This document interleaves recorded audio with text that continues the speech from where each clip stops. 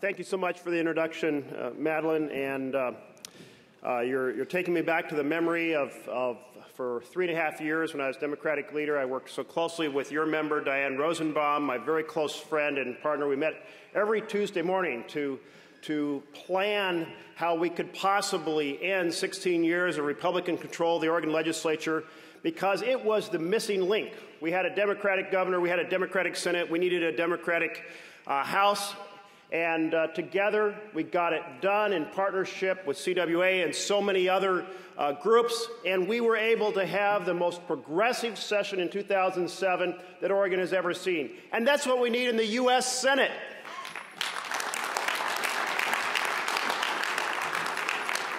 Now, I bring you good news because last night we had an election for Congress in Oregon to replace David Wu.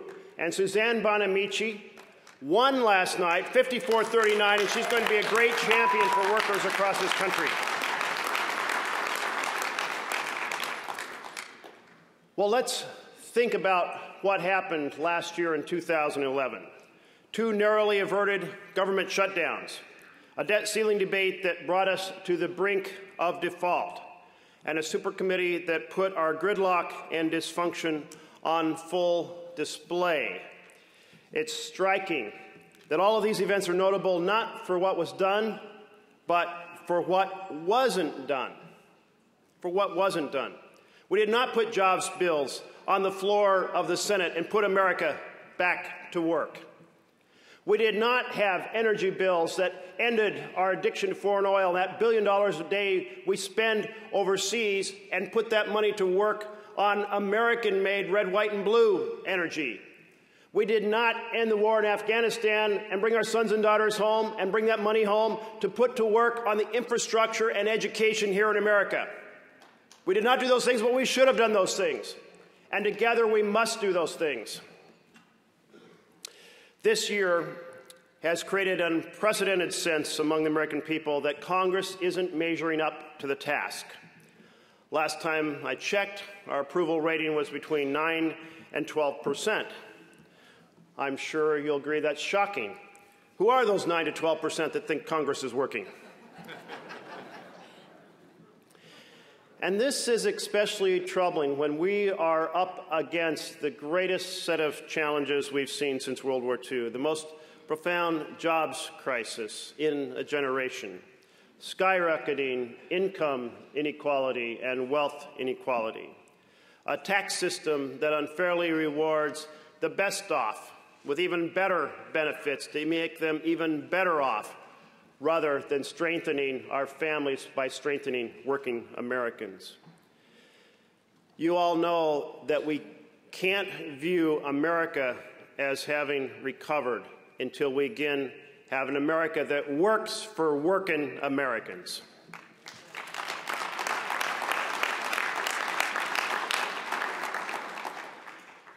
A year ago, January, we did have a battle over rules.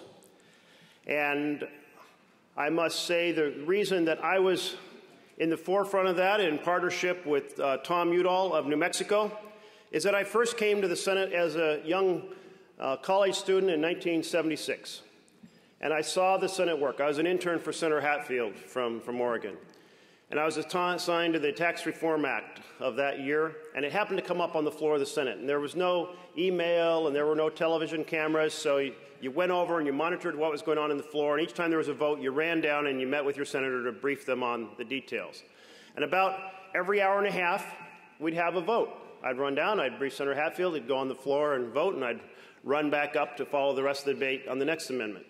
We didn't spend weeks deciding whether there were going to be amendments on a bill or whether we're going to vote on amendments on a bill. You simply, one side presented an amendment, the other side presented an amendment. Essentially, issues were debated and decided. But that entire process has changed. In today's Senate, you can go a week without debating because we lack agreement on which amendments to consider. In today's Senate, you have to debate whether to debate a bill. That is, a motion to proceed. You have to argue about whether or not we're going to go ahead and debate. And the motion to proceed, that is, ends up getting filibustered itself. So the routine use of the filibuster, or to put it differently, the routine use of the objection to a simple majority vote. Now, why do I make that distinction? Well, in our heads, we think of a filibuster as a situation where Jefferson Smith, and Mr. Smith goes to Washington, takes the floor and he talks and he stands there as long as his energy lasts, as long as his spirit lasts, to basically obstruct the Senate from doing something terrible. But the rules have never worked that way. And indeed, all that it takes is for those who oppose a final vote for one person to file an objection. And once that objection, then the responsibility is a majority to get 60 votes. And in that situation, we have seen such a transition in the way the Senate functions. The numbers are a little bit like this. Now, this power, by the way, is power that did not exist under the Constitution as written. This was not the constitutional vision. The founders of our country said you need a supermajority only for very special things, such as overriding a veto, or referring a treaty, or passing a treaty, adopting a treaty. Indeed, they envisioned America as a legislative body where a simple majority would prevail. So you would follow the will of the majority, not the will of the minority. Between 1900 and 1970, the filibuster was used an average of once a year. In the 1970s, 16 times a year. In the 1980s, 21 times a year. In the 1990s, 36 times a year. I think you see where this is going. In the decade of 2000 to 2010, 48 times a year. In the 3 years that I have been in the U.S. Senate, 68 times a year. Now, you may say, well, it's an objection. That objection triggers a process that takes 1 week of time. You have to, once an objection has been filed, you have to file a petition to get to a vote as to whether to get 60 votes to proceed.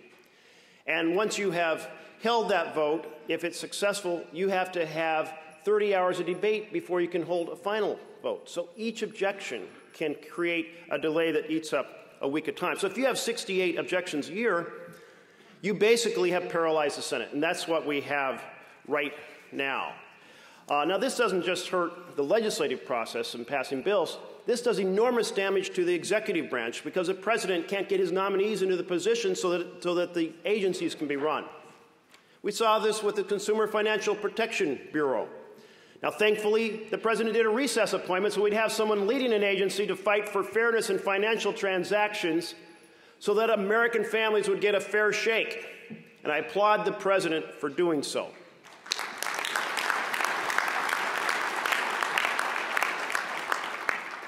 But not only are tons of positions in the executive branch still unfilled, but tons of judicial appointments are unfulfilled or unfilled. This means that the Senate is using advise and consent plus a filibuster to undermine the other branches of government. Certainly not what the founders of this country, the writers of the Constitution, envisioned.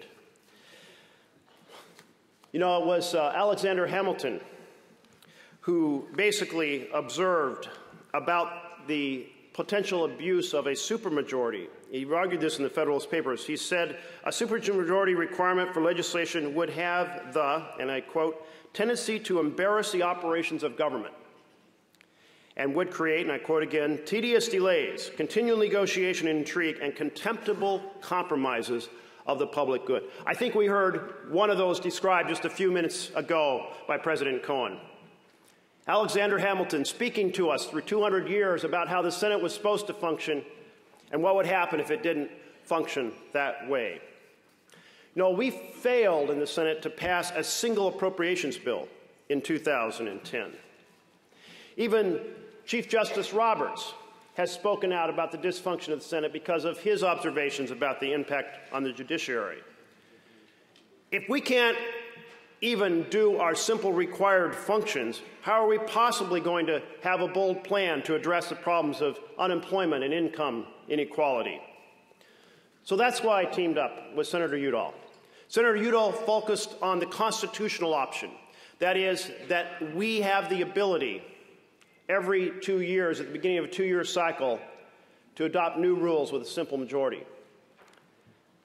I focused on taking a package of reforms and putting them together and building support for those reforms.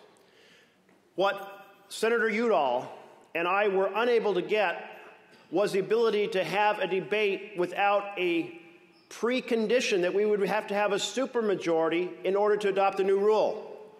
We couldn't even get the issue to debate. A provision was used in the Senate that said the only way we could get to a rules resolution was to introduce it during the morning hour. And the only way you can introduce it during the morning hour is as if there's time left on the hour after every other issue has been addressed.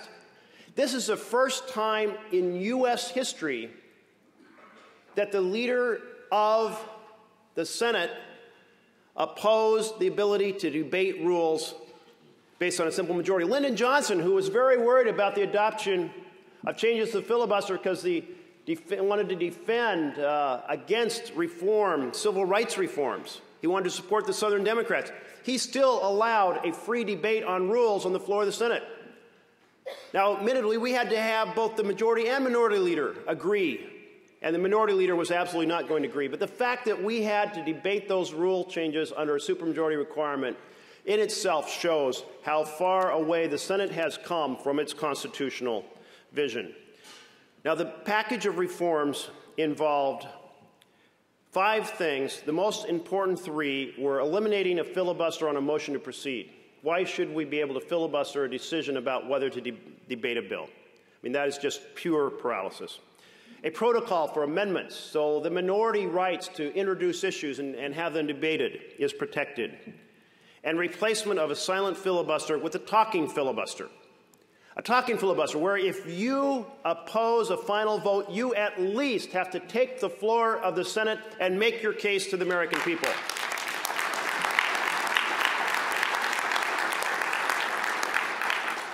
Now, this would allow Senator Wyden and I, if something was very important for Oregon, by ourselves to block a simple majority vote if we were willing to stay through the night, if we were willing to stay through the weekend or through a week or as long as necessary.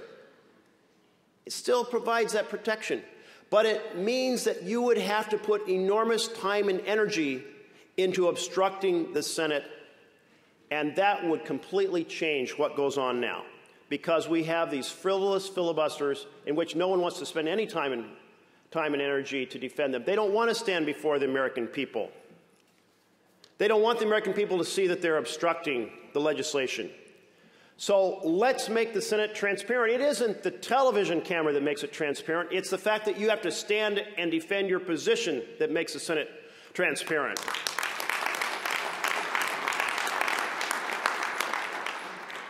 Now, I want you all to know how this interacts with Citizens United. How many folks have heard of Citizens United? Basically everyone. That's beautiful. That's beautiful. Because Citizens United is a dagger posed at the heart of American democracy. What are the first 3 words of the U.S. Constitution? Why is it the Supreme Court didn't read the first 3 words when they wrote Citizens United?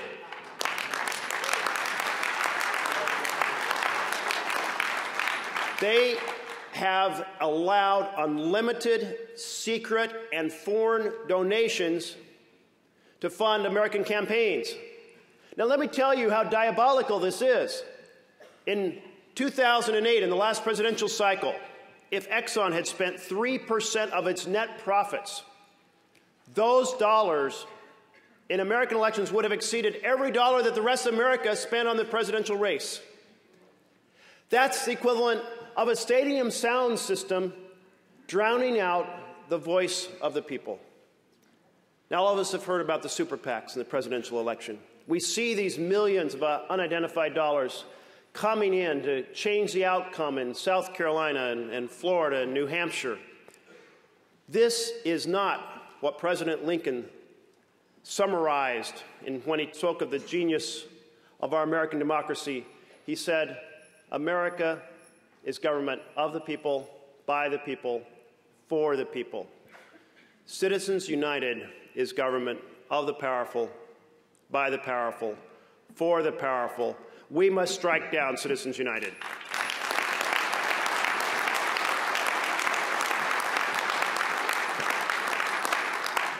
In 2010, we had a bill on the floor called the Disclose Act. We had to get 60 votes to close debate and get to the final vote.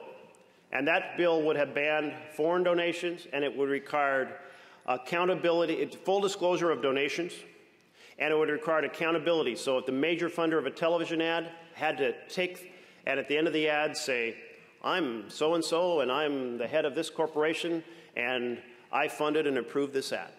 So people knew that if there was an ad being run against somebody who had taken on the tobacco industry, is the tobacco industry funding that ad? Or is the oil industry funding that ad? There's some accountability.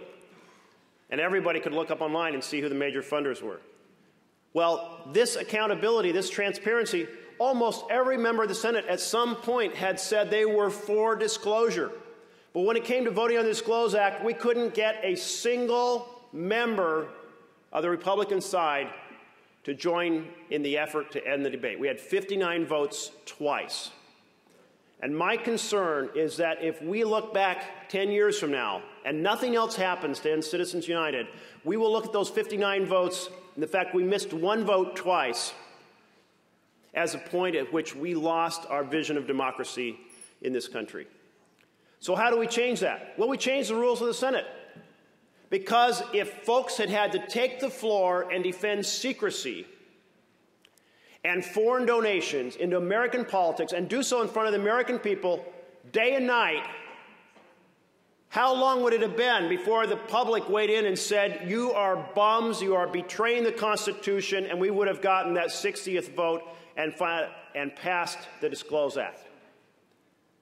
So reform of the way the Senate functions is essential to saving democracy by and for the people. You know,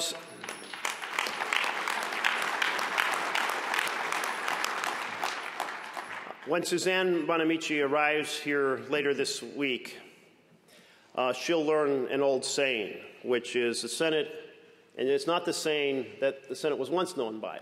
That was the world's greatest deliberative body. Well, when I hear that, I cringe now, based on what has happened in the Senate. She will hear another saying that I heard when I came in 2009, and that is, the Senate is a place where good House bills go to die. And we saw that. We saw that in terms of workers' reforms not getting through the floor of the Senate. Well, we need to change that. We need to change it to be replaced with the original understanding of the Senate as a great deliberative body, where we can, in fact, put a jobs bill on the floor and put America back to work.